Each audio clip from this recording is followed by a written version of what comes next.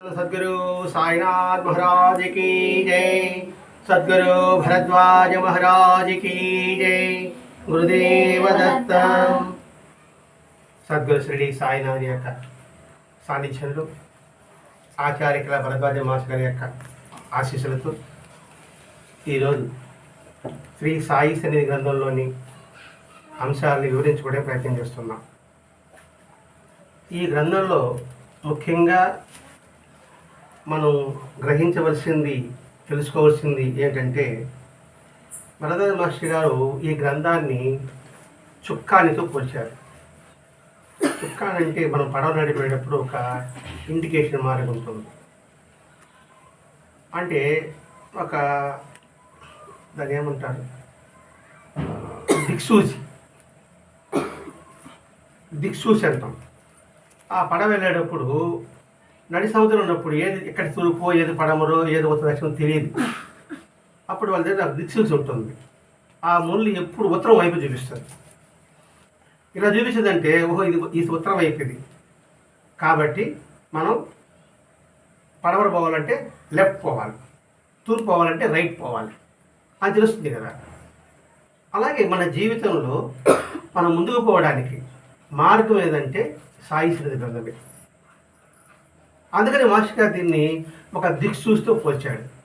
చుక్కాని అని పదం వాడాడు. అంటే నడి సముద్రంలో అగమ్య గోచరంగా ఉన్న మనకి, అంటే పడవ దిక్కుదేవ తెలియదు కదా, మొత్తం అట్టే సముద్రం కనబడుతూ ఉంటుంది. అలాగే మనకి లౌకిక సంసారంలో కూడా అంతా ఒకటే కనబడుతూ ఉంటుంది. ఎక్కడ పెట్టుందో, ఏడ పొలం ఉందో, ఎక్కడ పోవాలో మనకి అర్థం కాని స్థితి. అందుకే ఈ సంసార సాగరంతో పోస్తారు. అంటే దిక్కుకి తెలియని మనకి సరైన గమ్యం ఒకటి ఉంది. ఆ గమ్యం మహాత్ములు చెప్పారు, రాముడు చెప్పాడు, కృష్ణుడు చెప్పాడు. కానీ వారు చెప్పిన భావాన్ని మనం గ్రహించలేకపోయినాం. భగవంతుడు సర్వాంతర్యామి అని కృష్ణుడు చెప్పాడు అర్జునుడికి. నేను అంతటా ఉన్నానని చెప్పాడు. మరి అంతటా ఉన్నాడని ఎవరికి నిరూపణ చేశాడు? ఒక అర్జునుడికే. మనకంతా నిరూపణ చేయలేదు. మనకేట తెలిసేది? భగవద్ లక్షణాలు సర్వవ్యాపకుడు, అన్నీ ఆయనలోనే ఉన్నాయి. ఏది? సప్త సముద్రాలు, పర్వతాలు, అరణ్యాలు, సకల జీవరాశులు అన్నీ ఆయనలోనే ఉన్నాయి అని కృష్ణుడు చూపించాడు అర్జునుడికి. మరి మన పరిస్థితి ఏంటి? ఈ భావాలంతా ఏకత్వంతో మనసులో భావం నిలుపుకున్నప్పుడు మాత్రమే భగవంతుని కృప సంపూర్ణంగా మనకి అవగతం అవుతుంది. మరి ఆయన కృప అవగతం కావాలంటే మొట్టమొదట ఆయన చెప్పిన మాట మీద విశ్వాసం ఉండాలి. విశ్వాసం లేకపోతే ఫలితం రాదు. ఈ ఆచార్య విధిలో ముందుకు పోవాలంటే మొట్టమొదటి కావాల్సింది నమ్మకము. ఆచార్యులు కాదు, మన లౌకికంగా చూడండి, మనకి ఏదైనా పని కావాలంటే మీరు చేసి పెడతారని అనుకోండి, చేస్తాడో చేయడో, చెప్పాడే మరేం మార్చేస్తాడేమో, ఎందుకు వచ్చిన గొడవ, ఇంకోటి చెప్తాడు చేస్తాం అని అనుకున్నాం అనుకోండి, మీ మీద నమ్మకం లేదని అర్థం. అలా కాకుండా మీ మీద నమ్మకం పెట్టేశాడు అనుకోండి, నేను ఇంకెవరిని కోరనుకోండి, ఎవరు మన మీద బాధ్యత పెట్టాడు అని ఆ పనిని ఎట్టైనా సరే మీ చేత కాకపోయినా, మీకు వీలు కాకపోయినా, మీరు కూడా రోజులు పట్టుకొని ఆ పని మీరు చేయించరా మనం నమ్ముకోవచ్చాడు అబ్బాయి. కాబట్టి దేనికైనా విశ్వాసం అత్యంత శ్రేయస్కరమైనది. ఆ విశ్వాసం మనకి దృఢపరచడం కోసమే సాయినాథుడి యొక్క అవతరణ. ఎట్లా అంటే, ఒక గురువు గారికి ఇద్దరు శిష్యులు.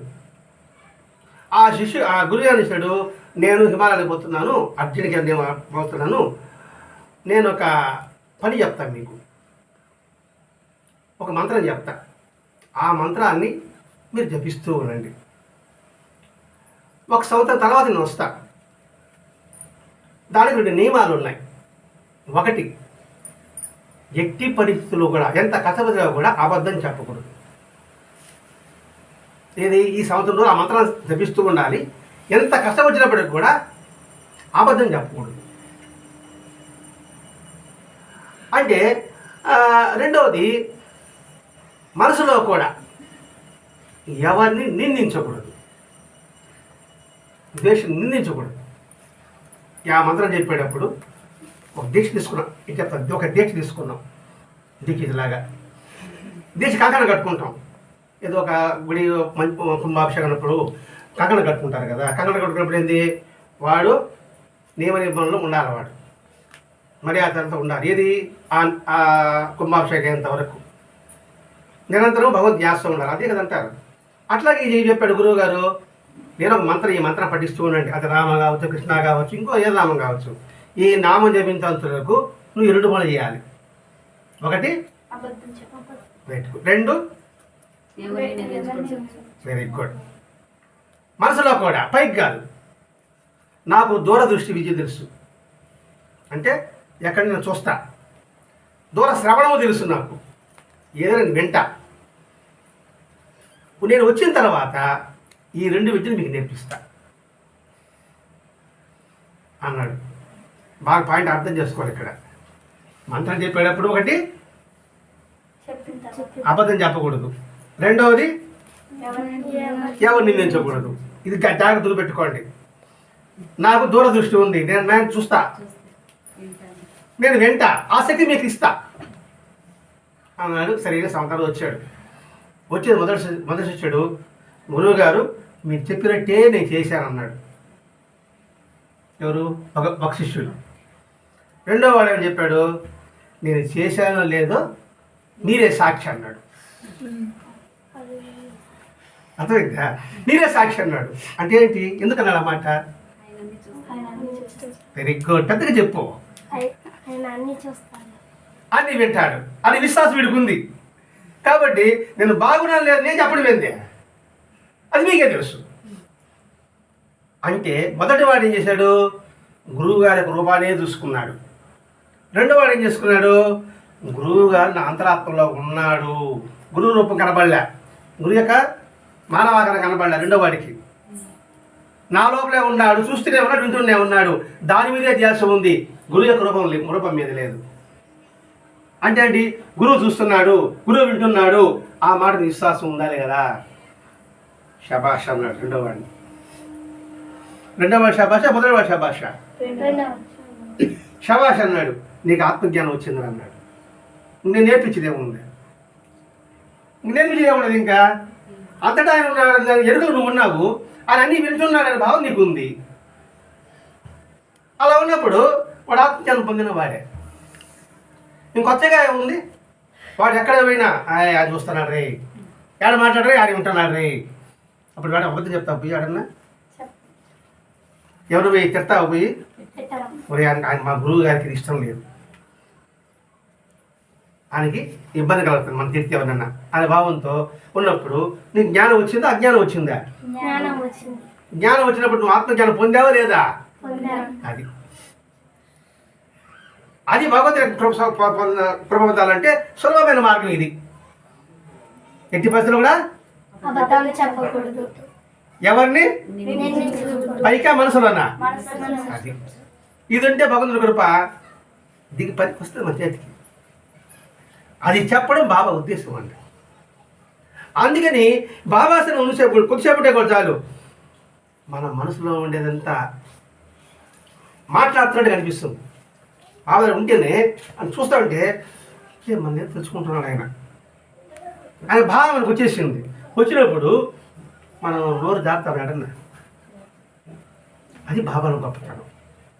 ఆయన ప్రతి ఒక్క హృదయంలో కూడా ఆయన చూడగలడు. అటువంటి అనుభవాలు బాబా ఎన్ని ఇవ్వలేదు. ఒక భక్తుడు పొరపాటు చేశాడు, బాబా చూపించాడు, ఫలాని నువ్వు ఫలాన్ని పొరపాటు చేశావు. ఆ పొరపాటు నేను తప్పు చేశానంటే మీకు అని తెలుసా? అదేమో తెలుస్తుందా? నాకు తెలుస్తుంది కదా. నాకు తెలిసినట్టుగానే నాకు ఇంకేది నేను అనుకుంటే ఎట్లా, అది తెలుసుకునేవాడు భగవంతుడు ఉన్నాడు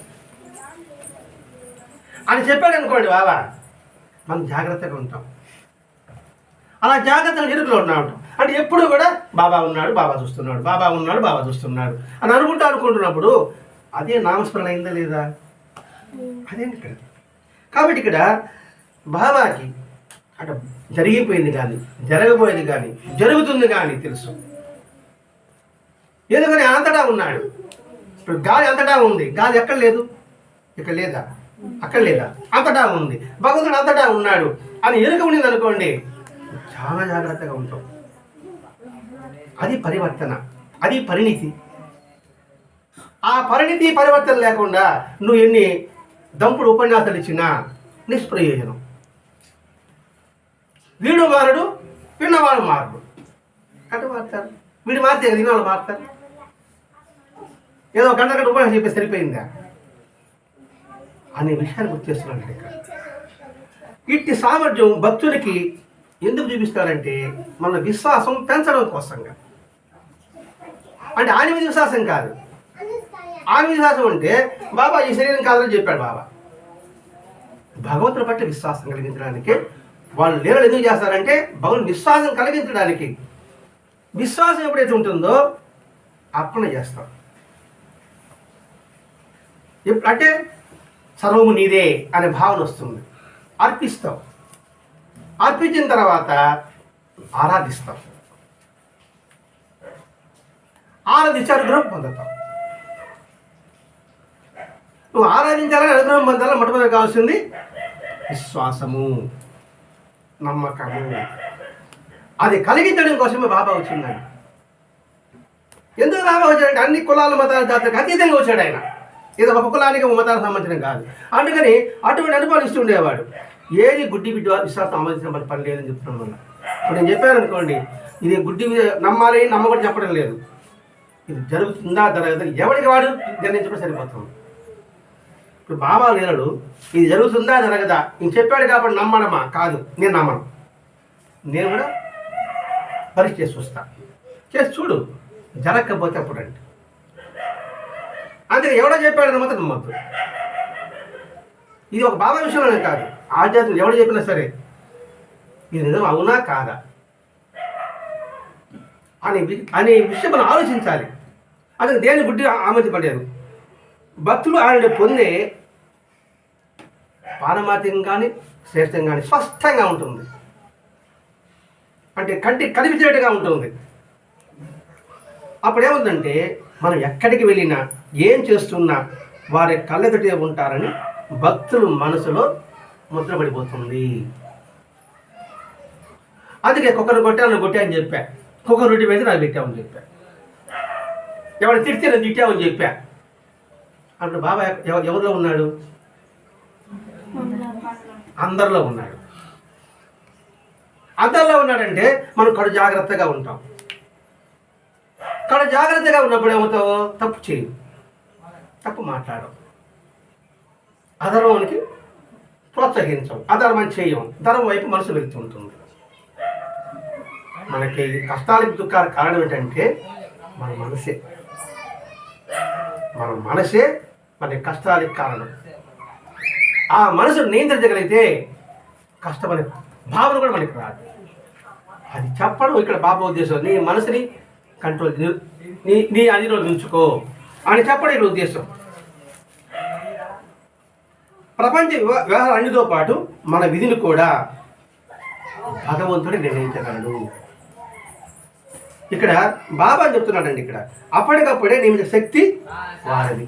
ఇప్పుడు భగవంతుడు అన్నాము, భగవంతుడి లక్షణాలు బాబాలు ఉందా లేదా? ఉంది కాబట్టి ఇక్కడ బాబా చెప్పుకుంటున్నాం. కాబట్టి ప్రపంచాన్ని నియంత్రించే శక్తి ఆయనకే ఉంది. మన విధిని రాసే శక్తి ఆయనకే.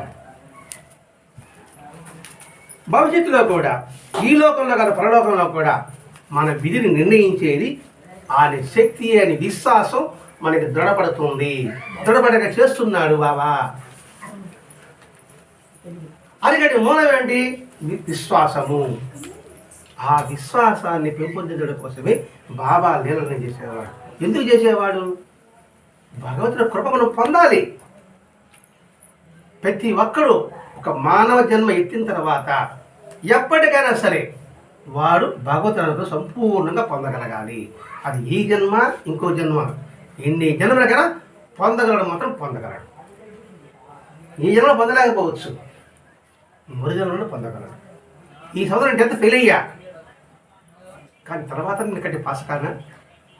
ఫెయిల్ అయ్యానని నిరుత్సాహపడమా? ఒక పని వదిలిపెట్టా, పని జరగలే, అయ్యో జరగలేదని కొలబడే అవసరం లే. మళ్ళా ప్రయత్నం చేస్తే ఇప్పుడు కాబట్టి ఇంకొకసారి జరుగుతుంది. అందుకే గత జన్మల పూర్వజన్మ సిద్ధాంతాన్ని నువ్వు విశ్వసించు. మనం ఇప్పుడు మనకి ఇటువంటి భావన వచ్చిందంటే గత జన్మలో చేసి ఆగిపోయింది. ఆ ఆగిపోయిన దాన్ని కంటిన్యూ చేయింది ఇప్పుడు దేవాల పాలనలో. అంతే, ఇంతకాలం లేదు. అది మర్చిపోయేదానికి మీరు అంతా ఎప్పటి నుంచి మొదలుపెట్టారో అప్పటి నుంచి ఈ ఊళ్ళో సత్సంగం మొదలైంది. కాబట్టి ఇవన్నీ కూడా మన విధిని భూతాలను భవిష్యత్తు కాలం అన్ని నిర్ణయించేది కూడా ఆయన విధానాన్ని ఆయన చెప్పిన దాన్ని మనం గ్రహించాలి, చేసుకోవాల్సింది. మన కర్తవ్యం ఏమిటి? ఇప్పుడు చెప్పాడు. ఆయన సర్వజ్ఞుడు అనుకున్నాం, సర్వవ్యాపకుడు అనుకున్నాం, సర్వసమర్థుడు అనుకున్నాం. మనం ఏం చేయాలి? మరి ఆ అనుగ్రహం పొందాలంటే మనం ఏమి చేయాలి? తపస్సా, ధ్యానమా, తల కింద పెట్టా, కాళ్ళు పైకెత్తా, ఇల్లు పెట్టి వెళ్ళిపోవడమా, పస్తులు ఉండడమా, దేవుడి పేరు చెప్పి జంతువులను ఇవ్వడమా?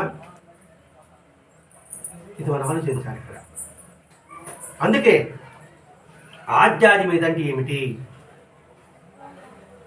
మన దృష్టి ఆధ్యాత్మికత అంటే ఏమిటి? భగవంతుణ్ణి ప్రసరణ చేసుకోవడం, ఆయన్ని సాక్షాత్కారం చేసుకోవడం అని ఒక రకం. రెండవది మానవాధి శక్తి సంపాదించడం, అది ఆధ్యాత్మికత. మానవాధి శక్తులు అంటే వస్తువులు సృష్టించడం, గాలిలో తేలడం, నీటి మీద నడవడం, ఇది మానవాధి శక్తి. ఇది చేస్తే ఇదే ఆధ్యాత్మికత. మూడవది ఉంది, నేను పూజలు, వ్రతలు, అన్నదానాలు చేసి, ఇది ఆధ్యాత్మికత అని అనుకుంటాం మనం. మరి సాక్షాత్తు శివుణ్ణే మెప్పించాడు రావణాసురుడు. మరి ఆధ్యాత్మికతలకు ఎందుకు లేకుండా పతనమయ్యాడు? అది ఆధ్యాత్మికత అనుకుంటే వచ్చారు, కరెక్ట్ పాయింట్కి వచ్చారు. అది రాబోతుంది ఇప్పుడు కూడా, గర్వం అనేది రాబోతుంది ఇప్పుడు. రెండవది, అనేక మానవ శక్తులు గాల్లో వసించడం, కోకొల్లలుగా ఉన్నారు ఇప్పుడు ఈ ప్రపంచంలో, వస్తువులు సృష్టించడం. మరి వాటి వల్ల ఇటువంటి సత్ఫలితం పొందారు, పేరు వచ్చింది, కీర్తి వచ్చింది ఆ శరీరం ఉన్నంత వరకే. తర్వాత మూడవది, పూజలు పురస్కారాలు వ్యర్థాలు చేసిన తర్వాత ఇవన్నీ చేస్తున్నాము, ఎందుకు చేస్తున్నాము? నాకు నువ్వు ఇస్తాయే నేను చేస్తున్నా అంటే వ్యాపారం అయిందా లేదా? కాబట్టి ఇది కూడా ఆధ్యాత్మికత కాదు. మరి ఆధ్యాత్మికత అంటే ఏమిటి? మొట్టమొదట నీ మనోనైర్మల్యాన్ని, మాలిన్యాన్ని తొలగించుకోవడం, నా అహంకారాన్ని విడిచిపెట్టడం. ఈ రెండూ చేయగలిగితే నీకు సంపూర్ణమైన జ్ఞానం వస్తుంది. అదే ఆధ్యాత్మికత. అది ఆధ్యాత్మికత అంటే మూడు మొక్కలే. ఇది పూజ పురస్కారాలు కాదు, ఏదో గాలి వస్తూ సృష్టించడం కాదు, దేవుడిని దర్శించడం కాదు. ఇప్పుడు బాబా నాకు చక్కని కళకు చూశాను నేను, నాకేం బాబా చూశాను నేను, నన్ను మార్పు రాకుండా చూశాను లాభం. నాకు బాబా కనబడతానండి, బాబా నాకు మాట్లాడతాడండి, బాబా నా మీద పూడతాడండి. కానీ నా మాటలో, నా చేతలో తేడా ఉంది. నీ కనబడి ఏం లాభం? ఇప్పుడు రామదాసుడు ఒకటే చెప్పుకున్నాం మనం. రామకృష్ణ పరమహంస శిష్యులకు, రామకృష్ణ పరమహంస శరీరం వదిలిపెట్టేశాడు. ఆ శిష్యుడు ఇంకొక శిష్యుడు, నాకు కళలో రామకృష్ణ పరమహంస కనబడ్డాడు. అద్భుతం, ఆనందం అనుభవించలేకపోయాను. నాకు ఊళ్ళో స్థితికి పోయింది, ఏమీ నాకు వద్దని భావన కలిగింది అని అన్నాడు. ఇంకొక అన్నాడు, నిజంగా నీకు కనబడింది అన్నాడు. కనబడి ఎలా ఉంది? అద్భుత ఆనందంగా ఉంది, అంతటా ఆయన ఉన్నాడు, నాకు అభయం వచ్చింది అన్నాడు. ఓకే, ఇప్పుడు నీకు భయం లేకుండా ఉంటున్నావా? చెప్పగలను, నేను చెప్పగలనా? నాకు బాబా కనబడ్డాడండి, నాకు బాబా కనబడ్డాడు, బాబా నాకు మాట్లాడాడు అని చెప్పాను మీకు. ఇప్పుడు దీక్ష అడిగిందనమాట, ఏం తాతయ్య బాబా కనబడ్డాడు అన్నావు అంటే నీకు అందుకే అది ఉందా? నీకేమంటే నీకు భయం లేకుండా ఉందని అడిగింది దీక్షెత్తు. భయం లేదు మా అన్న, టక్కన బలిపడింది, ఎగిరి పడ్డాడు. అప్పుడే ఆయన చూసి ఏం లాభం నాకు? ఆయన అలా ఉన్నాడని మా భావన ఉట్టి మాటలే. కాబట్టి ఆయన దర్శించడం కూడా ఆధ్యాత్మికత కాదు. ఆధ్యాత్మిక నిజమైన ఆధ్యాత్మికత అంటే ఏమిటంటే మనం అహంకారాన్ని వదిలిపెడితే అది నిజమైన ఆధ్యాత్మికత. మన మనసులో పడ్డ మలినాన్ని నిర్మూలించుకోగలిగితే అది నిజమైన ఆధ్యాత్మికత. అది వారి జ్ఞానం, సంపూర్ణ జ్ఞానం వచ్చినట్టు. అవేది లేకుండా ఇది చేసే ఉపయోగం. అందుకే నీ కర్తవ్యం ఏమిటి?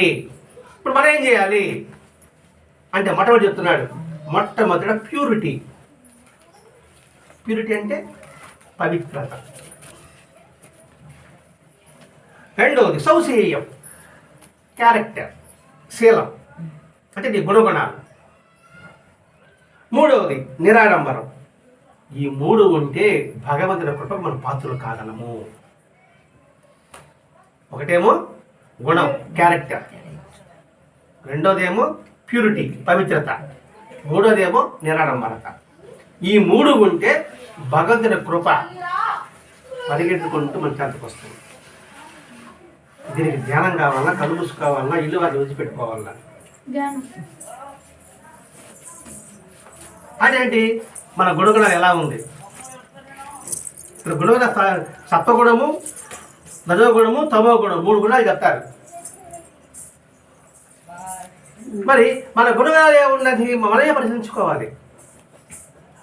సత్వగుణము అనేది ఉంటే ఈ 3 వస్తుంది. సత్వగుణమే ఈ 3 లక్షణాలు కూడా: శాంతి, దయ, ప్రేమ, కరుణ, అహింస, ఇచ్చిన మాట నిలబెట్టుకోవడం, చెప్పిన పని చేస్తాన పని చేయడం, మన కర్తవ్య పాలన. ఇవే సుగుణాలంటే. రెండోది ప్యూరిటీ. మనసులో కూడా నిర్మలత్వం ఉండాలి. మనసులో కూడా పైకుంటా కానీ మనకు బాగా వచ్చాడబ్బా అనుకుంటే లాభం. అందుకే నిర్భయత్వము, నిర్మలత్వము, నిశ్చలతత్వము ఈ 3 ఉంటే నిజమైన ఆధ్యాత్మికత. దాన్ని మనం చేయవలసింది ఏంటి? 3 చెప్పాడు, సులభంగా చెప్పాడు కదా. ఒకటి, నీ గుణగుణాన్ని, సత్వగుణాన్ని నువ్వు పెంచుకో. హృదయంలో నిర్మలత్వం ఉంచుకో. నిరాడంబరంగా ఉంటుంది. ఆడంబరాలు ఉంటుంది. నిరాడంబరం అంటే వినయం అంటే పదం ఇంకేం కాదు. నిరాడంబరం అంటే వినయం కలిగి ఉండు, ఎంత ఎదిగినా ఒదిగి ఉండు అని అర్థం అండి. నిరాడంబరం అంటే గుడ్డ గోచి పెట్టుకోని కాదు. నిరాడంబరం అంటే నగలు వేసుకోకూడదా, గుడ్డ కట్టుకోకూడదా, వెండి పళ్ళు అన్నం తినకూడదా అని కాదండి. వినయము. ఈ 3 ఉంటే భగవంతుడు సంపూర్ణంగా నువ్వు పొందగలవు. ఆ 3 కావాలంటే నువ్వు విశ్వాసంతో ఆయన నువ్వు ఆశ్రయించు. వారిపై దృష్టి నిలుపు. ఎందుకు దృష్టి నిలబడ్డాడు? ఆయన అంతటా ఉన్నాడు, ఆయన చూస్తున్నాడు, ఆయన ఉంటున్నాడు అని విశ్వాసం ఎప్పుడైతే ఉంటుందో ప్యూరిటీ రాదా? ఆడబడి వచ్చేస్తుంది అంతే. అది చూస్తానంటే మనం తప్పు చేస్తామా? అదే ఇక్కడ అంటే తీగలా డొంక తగలదు. తీగ ఇదే, విశ్వాసమే తీగ. ఇది పట్టుకు రావాలనుకోండి ఇంక అన్ని మన చుట్టూ చేరిపోతుంది అంతే. కాబట్టి దృష్టి నిలబడి కోసమే బాబా విశ్వరూప అధ్యాయం మనకి ఇచ్చాడు. బాబా చర్చల్లో విశ్వరూపం అంతటా ఆయనే ఉన్నాడు. అంతటా ఆయన ఉండేటప్పటికి ఏమవుతుంది? ఈ 3 అప్రయత్నంగా మనకు వచ్చేస్తుంది అంతే. ఇదే కదా బయాజీ పాటిల్ విషయంలో జరిగింది, గత వారం చెప్పుకున్నాం. కాబట్టి అంతకంతకు ఉన్నతమైన భావాలు అర్హులుగా రూపొందిపోతాము. ఎప్పుడైతే విశ్వసిస్తావో అంతకంతకు ఒక్కొక్క మెట్టుకి అక్కడ చేరుతాం. తన ఒక్క అడుగు ముందుకు వేస్తే చాలు అన్నదే సరైన పద్ధతి. ఏ పని ఒక అడుగుతూనే మొదలవుతుంది. ఇప్పుడు కుడికాలు పై కుడికాలు ఎత్తాను వెంటనే ఎడంకాల పైకి లేస్తుంది. లేస్తేనే అడుగు పడింది. ఒక అడుగు ముందుకు వచ్చావా లేదా అంటే ఏ పని కూడా నువ్వు వెనుకంది వేయకూడదు. మనం చేయలే మన భావన ఉండకూడదు. అది సాధించడానికి ప్రయత్నం చేయకుండా ఉండేవాడు ఎవడంటే వాడు పిరికివాడు, అధముడు.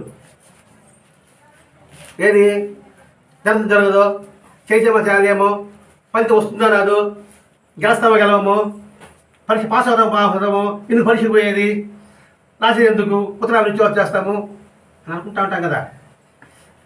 నువ్వు అనుకో, నేను అనుకుంటా. వాడు పిరికివాడు, అధముడు. ప్రయత్నం చేసి ఓడిపోయినా వాడు ధీరుడు. ప్రయత్నం చేశాడు, ఓడిపోయినాడు. ఓడిపోవడంలో పాట నేర్చుకుంటాడు వాడు. పాడు నేర్చుకున్న తర్వాత మళ్ళీ గెలుస్తాడు. కాబట్టి ఓటమి కూడా మనకు ఒక గుణపాఠము. అది ఇక్కడ చెప్తున్నాడు, తనకు ఒక్క అడుగు వేస్తే చాలు. అందుకే బాబా నువ్వు జటిలమైన తాత్విక సిద్ధాంతాలు పెట్టుకొని భగవంతు చేరాలి అనే నిర్ణయించుకోవాల్సిన పనే లేదు ఇక్కడ. భగవద్ రూపకంతాలంటే ఏం చేయాలేమో, ఏం తాత్విక ధ్యానం చేయాలి, యోగం చేయాలేమో అవి ఏమీ లేదు. నిరంతరము మనం ఉత్తరించి అతీతమైన శక్తులు, అపారమైన విజ్ఞానము మరియు అంతకంతకు ఆయన మనకు అనుభవానికి ఇస్తూనే ఉంటాడు. ఎప్పుడు ఈ మూడు ఉంటే, ఈ మూడానికి కారణమైన మన విశ్వాసం ఉంటే అంతకంతకు ఆయన జ్ఞానం ప్రసాదిస్తారు. నా లక్ష్యం నమ్మికతో ఆయన పాదాలను పెట్టడమే, సంపూర్ణ విశ్వాసంతో ఆయన పాదాలను పెట్టడమే. నమ్మితే పెడితే గమ్యం అయింది. ఇప్పుడు మీరు నిలబడుకున్నారు, మీ పాప అడగతా ఉంటుంది, ఏమి ఇవ్వనంటారు, మొండి పట్టేస్తుంటుంది, కట్టి కాలు పట్టుకేస్తుంది. మీరే చేస్తారా? వంగతారా? పైకి అట్నే నిలబడుకుని ఉంటారా? అంతే. దేవుడు కూడా అది కాలు పెట్టి తప్ప సీట్లో కాలు కట్టి పడుకో సచ్చినోడా దేవుడు సరేలా అని చెప్పేసి ఇంక ఇష్టమున్నా లేకపోయినా పైకి లేపుతాడు. మనకి ఆ పని నెరవేరుస్తాడు. కాబట్టి నా నమ్మకం ఏంది? నేను బాబా సన్నిధి చేరాలి అంటే భగవంతుని సన్నిధి చేరాలంటే నువ్వే మార్గం. నువ్వే నాకు తప్పు చేస్తే దాన్ని తప్పించు, అవి తప్పు నాకు తెలియజెప్పు, నేను దిద్దుకుంటా. నేను అనగమ్మకు నాకేం తెలుసు అండి. ఒకరు అంటారండి, భగవంతుడు చూడలే, భగవంతుడు ఎవరు తెలియదు. ఎలా ప్రార్థన చేసేది? తెలిస్తే ప్రార్థన చేస్తాం, తెలియని ఊరి పేరు ఎట్ట ప్రార్థన చేసేది ఆయన అంటే మహాత్మ సమాన్ చెప్పాడు, మనకి ఉద్యోగం కావాలి, సాఫ్ట్వేర్ ఉద్యోగం. ఆ సాఫ్ట్వేర్ ఉద్యోగంలో పెద్ద ఉంటాడు కదా, ఆయన తెలుసా? చూసావా? ఆయన చూసాను సార్, ఇన్ఫోసిస్ కంపెనీ అనుకోండి సార్, ఆ ఫౌండర్ ఉంటాడు కదా, ఆ ఫౌండర్ మనం చూసామా? పేరు అన్నామంతే. ఆయన కంపెనీ పెద్ద ఉద్యోగం ఇస్తాడని తెలిసినామంటే అప్పుడు మనం ఏం చేస్తామా?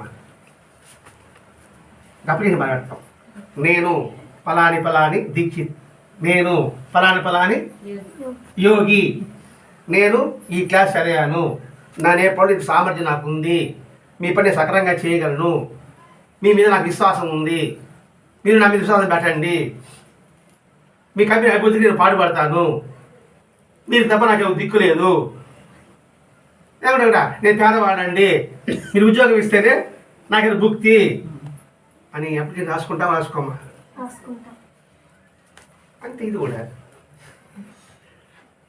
మీరు రాసుకోవాలంటే ఆడికి అప్లికేషన్ పెట్టింది, భగవంతుడా నేను బుద్ధి లేని వాడిని, తప్పు చేస్తా ఉన్నాను, నా సర్దిద్దునైనా నాకు బుద్ధి నేర్పు, నాకు మంచి వాళ్ళకి నింపు అని ప్రార్థించి కనబడితేనే ప్రార్థన చేసేది. నా పేదల బుద్ధి ప్రార్థన చేయకుండా ఉండడం అని చెప్పడం ఏంటి?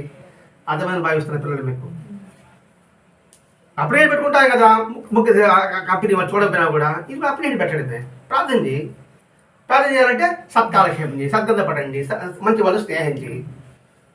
ఆ సర్టిఫికేట్ ఉంటాయి కదా, నీ క్యాండిడేట్ అంటాడు.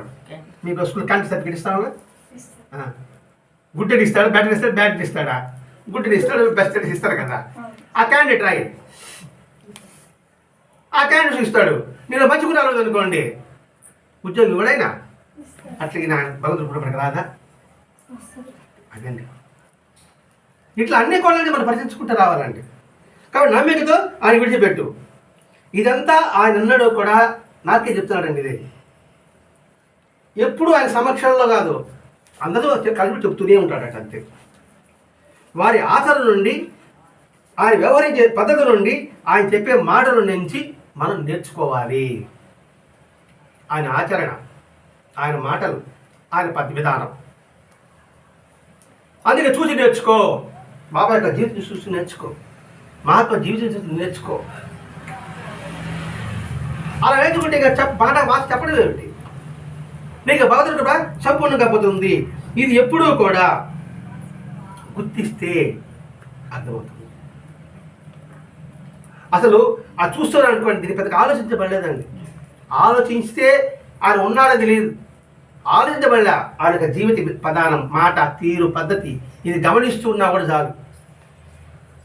ఎటువంటి వాడికైనా ఆయన మహాత్ముడు, దివ్య పురుషుడు అని అర్థమైపోతుంది. అందుకని అర్థమవ్వాలంటే మా అందుకే చెప్పాడు మాస్టర్ గారు, నిరంతరము మహాత్మ చరిత్ర పారాయణ చేయండి. అది ఏ మహాత్ముడైనా కావచ్చు. రామాయణం చదువు, భారతం చదువు, భాగవతం చదువు, బుద్ధుడి కథ చదువు, అవి మనకు అర్థం కాదు కాబట్టి బాబా చదివితే మనకు శుభ్రంగా అర్థమవుతాయి. అలా చదివా అనుకోండి, ఆయన చరిత్రలో మనం ఉన్నట్టు, ఆయన అనుగ్రహం మనం పొందినట్టు. అంటే ఇవన్నీ గ్రహించకుండా, తెలుసుకోకుండా, తాను ఏవే విషయాలు వదిలిపెట్టాలని అనే భావన లేకుండా వివేక వైరాగుల గురించి మాట్లాడుకుంటాడు నా బోటిగాడు. జీవితం పట్ల అవగాహన లేదు ఎవరికి. నాకు ఏది శాశ్వతమో ఏది అశాశ్వతమో సంపూర్ణంగా నేను గ్రహించలేదు. రెండవది, ఏది విడిచిపెట్టాలి అది విడిచిపెట్టకుండా నేను గొప్ప గొప్పగా వివేకంగా ఉండండి, వైరాగ్యంగా ఉండండి, ధర్మంగా ఉండండి అని చెప్పడం ఆత్మవంచన ఉన్నా కాదా? అంటే ఆత్మవంచన నాకు నేను వంచన చేసుకుంటున్నామా లేదా అని ఇక్కడ చెప్తున్నాడండి. అంటే ఏంటి, చెప్పే విధానంలో అసలైన విషయం నువ్వు గ్రహించి ఔపాసన పట్టి నువ్వు చెప్పుతున్నావా, లేదు ఈ గ్రంథంలో ఉండి చెప్తే నేను మహాభక్తని ప్రవక్తని చెప్పుకోవడానికి నువ్వు అలా చెప్తున్నావా? అప్పుడేమవుతుంది, ఇది గ్రంథ వేదాంతం అవుతుంది కానీ ఆచరణ వేదాంతం కాదు. అంటే పుస్తకం చెప్పడం వరకు అవుతుంది అంతే. అవునండి, అదంతా ఆచరణ వీలవుతుందా? ఇప్పుడు ఈ మూడు ఏది కష్టం చెప్పండి. మూడే చెప్పుకున్నాం మనం. ఒకటి క్యారెక్టర్ చెప్పుకున్నాం, రెండు ప్యూరిటీ చెప్పుకున్నాం, మూడోది సింపుల్నెస్ చెప్పుకున్నాం. సిపిఎస్ గుర్తుపెట్టుకుంటే కానీ బాగా గుర్తొస్తుంది. సిపిఎస్ అని క్యారెక్టర్, ప్యూరిటీ, సింపుల్నెస్. ఈ మూడు లేకుండా ఆ మూడుని మీరు పాటించడం చెప్పడం ఎంతవరకు సబబు? అది ఆత్మవంచన కాబట్టి అది గ్రంథ వేదాంతం అవుతుంది. అది వాస్తవ జీవితాన్ని తాకడికి అది నిలవదు. ఇది నాలాగా మాట్లాడేవాళ్ళ సంగతి. కాబట్టి ఈ మూడుగా లేదా చెప్పేవాడిలో అని గ్రహించు. ఈ పెద్ద కష్టమేం కాదండి. ఇక్కడ మంచి కూడా అలాంటి ఏంటి, అసత్యం చెప్పకుండా, అహింస. అహింస అంటే ఎదురు మధ్య గాయపరచకుండా మాట్లాడవాళ్ళ. ఇట్లా చిన్న చిన్నదే కదండి. దయా, కరుణ, ప్రేమ. ఇది కూడా నిత్య జీవితంలో లేకుండా అహంకారంతో, అధికార గర్వంతో, మాట చూస్తూనే ఉన్నాం జనాల్లో. మనం ఆధ్యాత్మిక తత్వంలో నిండి ఉన్నాడు కానీ మాట తీరు ఎలా ఉంది? దుస్తరం. నీకు తగ్గించుకోలేమా? అవునా కాదు ఆలోచించండి. ఏదో ఇక్కడ చెప్పడం కాదు, ఇక్కడ సత్యం చెప్తున్నాడు. ఇవేమి లేకుండా నీకు అవగాహన లేకుండా నువ్వు ప్రవచనం చెప్పడం నష్టం నీకే అంటున్నాడు ఇక్కడ. ఎవరు చెప్పేవాడికి ముందు నష్టం, నీకు నువ్వు మోసం చేసుకుంటున్నావు. మోసం చేసుకున్నాడంటే నువ్వు బాగుపడు. నేను చెప్పేది కరెక్ట్ అనుకుంటున్నావు, నేను చెప్పేది వేదం అనుకుంటున్నావు. ఫలితం చూస్తే జీరో. అసలు అంతా కష్టపడి చదివాడండి మావాడు, చదివాడు రాస్తే కదా, అదంతా వెలువరే ఉన్నాడండి, వాడు మార్కులు వెళ్ళలేదండి. రాస్తే మార్కులు వేస్తాడు. అందరికీ మాత్రం నేను బాగా చదివాడు అంటే నన్ను మోసం చేసుకున్నా. ఈ పుస్తకంలో సినిమా పుస్తకం పాట పెట్టుకుని చదువుకున్న చిన్నప్పుడు నేను టెక్స్ట్ బుక్కే మధ్య సినిమా పాఠ పుస్తకం. మా వాడది బ్రహ్మాండ రచన సినిమా పనిచేయడు. నేను పరీక్ష రాస్తాను అక్కడ. వాళ్ళు మోసం చేస్తుంది, నన్ను నేను మోసం చేసుకుంటుంది అని చెప్తున్నాను ఇక్కడ. కాబట్టి వీడితో తమ జీవితం నిలుపుకునే శక్తి లేకుండానే వీడి గురించి మాట్లాడేవారు వంచకులు. చెప్పండి, వంచకులు వాళ్ళు అటువంటి వాళ్ళు. బాబాయ్ చెప్పాడు, ప్రతి కుక్క, పంది, బలిలో కూడా నేను ఉన్నానన్నప్పుడు ఆయన నిజంగా అటు అనుభవం ఉన్నది. ఆయన చెప్పాడు ఆయన అందరిలో ఉన్నానని. మరి అనుభవం అందరికి ఇచ్చాడా లేదా? మాట చెప్పడం చేయకుండా ఉంటే అది వంచన. మాట చెప్పాడు, ఆ ప్రకారంగానే ఆడ ప్రకటన చేశాడు. కాబట్టి వాడి పట్ల ఎవరైనా ప్రవర్తించినా వాడికి ఎలా అనిపిస్తుందో అని స్పష్టంగా చెప్పగలిగాడు బాబా. ఒకరికి ఆకలిగా ఉంది, దానికి నోరు లేదు, కానీ ఇది నా ఆకలి, దానికి ప్రాణము అని చెప్పగలిగాడంటే అట్లా. బలి కితకిత కూర్చుంది. ఎందుకు కూర్చుంది? మరి వాడి చెల్లి వస్తుంది రా ఆయన, మరి సర్వజ్ఞత అని చెప్పలేదా? కాబట్టి ఇక్కడ అలా స్పష్టంగా చెప్పగలిగేవారే నిజమైన సద్గురువు. అందుకే భగవద్గీత గ్రంథాల్లో ఉన్నది కాబట్టి నేను నిజం నమ్ముతున్నాను అని చెప్పడం కాదండి. ఈ పుస్తకం ఉందిగా నేను నమ్ముతున్నాను అని చెప్పడం కాదు. అలాంటి మాటలు వంచనకు మాత్రమే దారితీస్తాయి. నీకు అనుభవం వచ్చిందా? అనుభవంలో చెప్పే మాటకి అనుభవం లేకుండా చెప్పడానికి మాటకి చాలా తేడా. అనుభూతితో పొందిన చెప్పాడనుకోండి, ఆ మాట శాశ్వతంగా ఉంటుంది అంతే. మహాత్ములంతా కూడా ఇది రామదాస్ కావచ్చు, త్యాగయ్య కావచ్చు, అన్నమయ్య కావచ్చు, నయనాలు కావచ్చు, ఆలవాళ్ళు కావచ్చు, వాళ్ళంతా అనుభూతి గురించి చెప్పారు కాబట్టి ఇప్పటికీ ఉంది. ఇప్పుడు మహర్షి వేదం చెప్పారు, ఆ వేద మంత్రాలు అనుభూతి చెప్పారు కాబట్టి ఇప్పటికీ ఆ వేద మంత్రాలకు శక్తి ఉంది. ఇప్పుడు పెళ్లి మంత్రాలు సంస్కృతంలో ఉంటే తెలుగులో ఉంటుందా? ఏ తెలుగు ఎందుకు మార్చుకోకూడదు? వాళ్ళు వచ్చిన హృదయం వచ్చిన భావం అది, దానికి శక్తి ఉంటుందని చెప్పి ఆ సంస్కృతంలోనే ఆ పెళ్లి మంత్రాలు ఉంటాయి. అది వేద మంత్రాలు అన్నమాట. ఇంత శక్తి బాబాలో ఉంది అని మనకి తెలియజెప్పిన తర్వాత మన యొక్క నడవడిక ఏ విధంగా మనం సర్దిద్దుకోగలగాలి. గమ్యం చేసుకున్నావు, నాకు భగవంతుడు కావాలంటున్నావు, అనుగ్రహం కావాలంటున్నావు. మరి భగవంతుడు కావాలి, అనుగ్రహం పొందాలంటే దాని తగ్గ నువ్వు చేయాలి కదా. దానికైనా పెద్ద నియమాలను పెట్టాడా? ఏమి పెట్టలేదు. దీనికి నియమం ఏం లేవాలి. ప్యూరిటీకి కానీ, క్యారెక్టర్కి కానీ, సింపుల్నెస్కి కానీ. ఇలానే సింపుల్గా ఉండాలని చెప్పరు. సింపుల్గా ఉంటే ఈ డ్రెస్ వేసుకోవాలని చెప్పరండి. మీకు ఆ డ్రెస్ సౌకర్యం, నాకు ఈ డ్రెస్ సౌకర్యం, మీకు ఇంకో డ్రెస్ సౌకర్యం. అట్లా కాదు, ఒకటే డ్రెస్ కోడ్ అంటే ఎంత అనుకుంటుందండి? నా చొక్కా అది అందరికీ అంటే సరిపోతుంది. నా చొక్కా అది అందరికీ అంటే ఎంత సరిపోతుంది సార్? నా చొక్కా అది మీకు ఒక దగ్గర, మీకు దగ్గర ఉంటుంది. నా చొక్కా అది ఎంత వేసుకోవాలంటే నువ్వు ఒడగొట్టావు, నీకు పట్టదు, సౌకర్యంగా ఉంటుంది. పద్ధతులు కూడా అదేనండి, ధర్మాలు కూడా అదేనండి, మతాలు కూడా అదేనండి. ఈ భావం చేసినప్పుడు నా మతం గొప్పది, నా మతంలోకి రా, నా సాంప్రదాయం గొప్పది, నా సాంప్రదాయంలోకి రా అని చెప్పరండి. ఆ విధానం బాబాది కాదు. అందుకని మనం బాబాని ఆశ్రయించాలి. ఆయన ఆశ్రయించి చెప్పేది నన్ను పూజించని చెప్పలేదు బాబా ఎక్కడ కూడా. మీరు ఉద్ధరణ పొందండి. నేను ఏ విధంగా అయితే నా గురువుని సేవించి ఈ స్థితి పొందాను, మీరు అలా సేవించండి, మీరు అలా ఉద్ధరణ పొందండి అని చెప్తున్నాడు బాబా ఇక్కడ. ఇది చెప్పినప్పుడు కూడా బాబా సింపుల్గా ఉన్నాడు. ఎక్కడా కూడా తన గొప్పతనాన్ని ఎక్కడా చాటుకోలేదు బాబా. కొత్త శక్తి వస్తుంది లేకపోతే చాలు, నా శక్తిని గుర్తిస్తున్నా లేని తమను మాటలా కూర్చుంటా. శక్తి పక్కన పెడతామండి. ఒక పట్టు పంచగలు కట్టుకొచ్చేసానంటే మీరెవ్వరు అడక్కపోతే, ఎంత పంచలు అడక్కపోతే, పంచి అంత అడక్కపోతే నాకు అక్కడ ఎందుకురా బాగా చెప్పాలి అసలు. శక్తి పోతాడు మనం. ఇంత 1000 రూపాయలు పంచగట్టు ఒక్కడు కూడా అడగలేదు అడవా. రాత్రి నిద్రే పట్టదు. మాట వరకు అడగచ్చు కదా, ఇదెంత బాగున్నావాడా? అది మన పరిస్థితి. ఆయన పరిస్థితి, ఆయనే మహాత్ముడు, ఆయనే దేవుడు, సకల దేవ సౌధారు అన్నప్పుడు కూడా ఎంత నిరాడంబరంగా ఉన్నాడు అంటే, అట్లని తన సొంత కోసంగా జనాన్ని ఉపయోగించుకున్నాడా? సొంత పనులకు ఉపయోగించుకున్నాడా? లేదు. అది నా బొడ్డుగడ అయితే నేను చెప్తున్నాడు కదా, రై ఈ పని చేయరా, రై నాకు ఆ వస్తుందా, రాయ్ నాకు తీరా అంతా కూర్చుంటారు. అంటే వంచకులు తను వివరిస్తున్నాడండి ఇక్కడ. అందుకే నిజమైన మహాత్ములు గంగానది లాంటి వాళ్ళు, ఇలాంటి వంచకులు మురికి కాలం లాంటి వాళ్ళు. ఆయన బాబా మహాత్ములు బుద్ధుడు తెలియజేస్తున్నాడు అనమాట ఇక్కడ.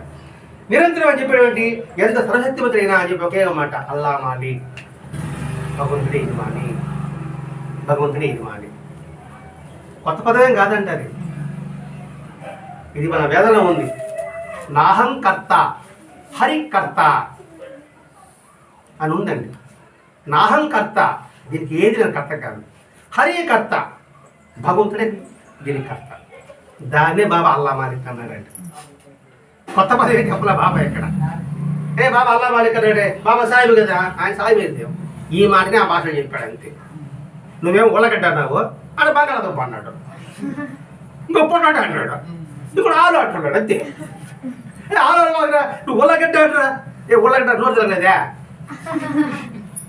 ఆలు అంటే సింపుల్గా ఉంది కదా, పొటాటో అంటే సింపుల్గా ఉంది కదా, ఉర్లగడ్డ ఎంత పదం వస్తుంది అది. ఇది మరి బాబా. అందుకని బాబా ఎందుకు అది ఇది కాదు, అల్లా వాళ్ళకి పదమే నాహంకర్త హరికర్త అంతే. ఇంతటి విధానం ఉంది. భగవంతుని కృప మనం సంపూర్ణంగా పొందాలంటే బాబా ఈరోజు చెప్పిన విధానం, భగవంతుడు చెప్పిన విధానంగా మనం భావించుకుంటే భగవంతుడు కూడా సంపూర్ణంగా మనం పొందగలము. ఇక్కడ భగవంతుడు అంటే దేవుడు తాను చేస్తాడు కానీ జ్ఞానాన్ని మనం పొందగలము. జ్ఞానం అంటే మనకు ప్యూరిటీ ఉంటుంది, వినమ్రత ఉంటుంది, స్వచ్ఛత ఉంటుంది, నిర్మలత ఉంటుంది, కరుణ ఉంటుంది. అది జ్ఞానం.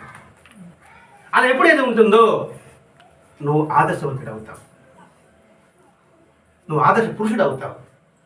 నిన్ను అందరూ గుర్తిస్తారు. ప్రపంచం మనం గుర్తించాలి, ప్రపంచమంతా మనల్ని గుర్తించాలి. అది మన జీవితం కావాలి. అంటే ప్రపంచమంతా గుర్తించడమే భగవద్ అనుగ్రహం సంపూర్ణంగా పొందడం అంటే. అబ్దుల్ కలాంని ప్రపంచమంతా గుర్తించలే, అది ఆయన అనుగ్రహం. ఆయన ఏం చేశాడు? ఆయన సింపుల్గానే ఉన్నాడు. ఆయన ప్యూరిటీ ఆయనలో ఉంది, క్యారెక్టర్ ఆయనలో ఉంది. అందరూ పెద్ద అబ్దుల్ కలాం అని చెప్పుకుంటుంటాం. ఈ మూడు ఉంటే భగవంతుడు సమానం, భగవంతుడే. లేక అన్ని స్కూల్ అబ్దుల్ కలాం ఫోటోలు ఉన్నాయి కదండి, వివేకానంద ఫోటోలు ఉన్నాయి కదా, గాంధీ మహాత్ముల ఫోటోలు ఉన్నాయి కదా. మరి ఏంటి? అదే భగవద్ అనుగ్రహం అంటే. భగవద్ అనుగ్రహం అంటే నాకు అది విప్పిస్తాడని కాదండి, ఎవరికి ఇవ్వకుండా నా డబ్బులు ముట్టేస్తాడని కాదు. అందరి పట్ల సహృదయంతో ఉంటే అది భగవత్ సంపూర్ణంగా మనం పొందగలమని చెప్పడమే ఈరోజు నాకే ద్వారా మనకి తెలుస్తుంది. స్వస్తి. శ్రీ సద్గురు సాయినాథ్ మహారాజ్ की जय, सद्गुरु भरद्वाज महाराज की जय, गुरुदेव